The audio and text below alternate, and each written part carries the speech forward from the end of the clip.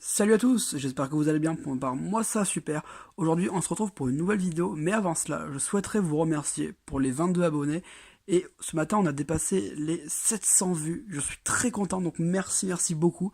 Ça fait vraiment plaisir. Donc aujourd'hui, je vous fais une petite vidéo pour un produit qui vient d'arriver ce matin. Donc c'est comme vous avez vu dans le titre, la baguette de Dumbledore, celle des animaux fantastiques. Donc je vais vous ouvrir ça. En tout cas, je vous remercie vraiment pour les 22 abonnés. J'ai jamais pu vous le remercier avant. Enfin, j'y ai pas pensé. Et les 700 vues, c'est vraiment énorme. Mais merci beaucoup. J'enlève la boîte de protection pour l'envoi. Donc, la boîte de la baguette est en beige orange. Le contour de la même couleur. Avec sur les côtés écrit Albus Dumbledore. L'autre côté également, normalement. C'est ça. Derrière, on voit une couleur vraiment beaucoup plus beige. On voit pas très bien, on dirait que c'est du blanc, mais c'est vraiment beige. Avec écrit Fantastic Beast. Je fais le... Voilà, Dumbledore. Après, le logo de Warner Bros. Et de Wizard World. Pardon. On voit également qu'il y a écrit Fantastic Beast, les crimes, the Crime of Grindelwald. Et que c'est un produit de la firme, de la boîte Noble Collection, pardon. Donc, quand on ouvre cette boîte, oula, voilà, montrer juste l'intérieur, ouais, mais la même couleur que, voilà, le petit, c'est bon, la même couleur hein, que le dos. Pardon, excusez-moi, je suis un petit peu malade. Alors, on constate qu'il y a, comme d'habitude, des rubans noirs transparents. Comme pour la baguette de Grindelwald, toutes les nouvelles baguettes, les animaux fantastiques, des animaux fantastiques 2, pardon, ont tous un ruban noir. Donc elle est exactement pareil. Donc dedans. Déjà je vous montrerai juste les côtés. Donc c'est classique pour les nouvelles baguettes. Donc on dirait une sorte d'étoile et vraiment un beige. Et c'est pareil partout.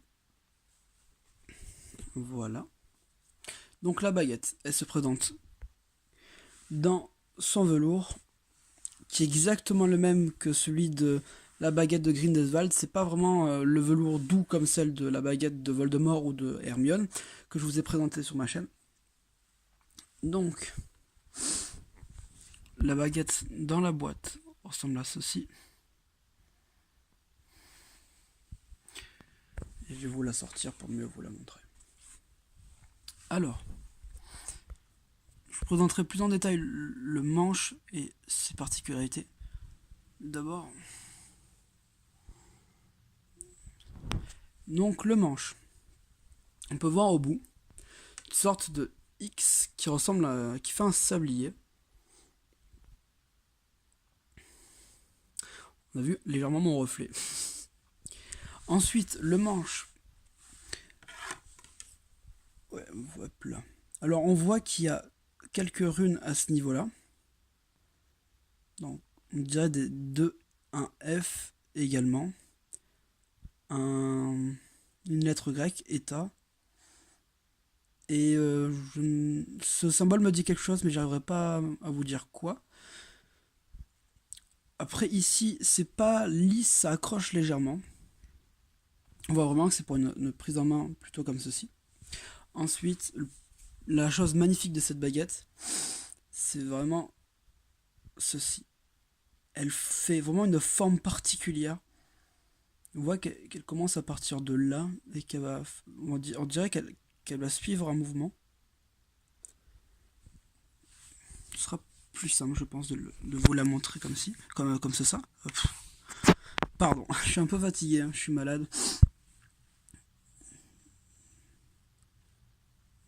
Donc on voit qu'elle fait vraiment une forme particulière pour se regrouper vers une pointe qui s'allonge jusqu'au bout.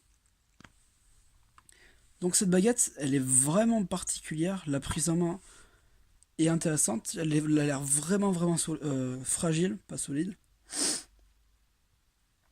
mais elle est d'une beauté incroyable. C'est... Ah, voilà. C'est une des baguettes Les Animaux Fantastiques qui est pour moi la plus belle. La plus originale, avec vraiment un manche où on peut complètement voir à travers. Cette forme me fait un peu penser à quand les sorciers transplanent. C'est... Je saurais pas comment vous décrire pourquoi ça me fait penser à ça, mais pour moi on dirait la forme en fait de quand ils transplanent. C'est vraiment particulier et je la trouve vraiment vraiment belle. Puis la prise en main qui donne ça est également belle.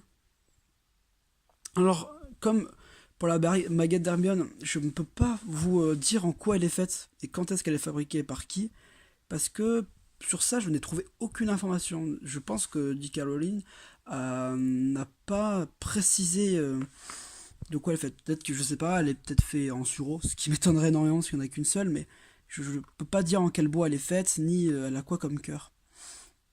Bah, ça c'est dommage, mais j'ai recherché plusieurs fois et j'ai absolument rien trouvé. Donc, dernière fois.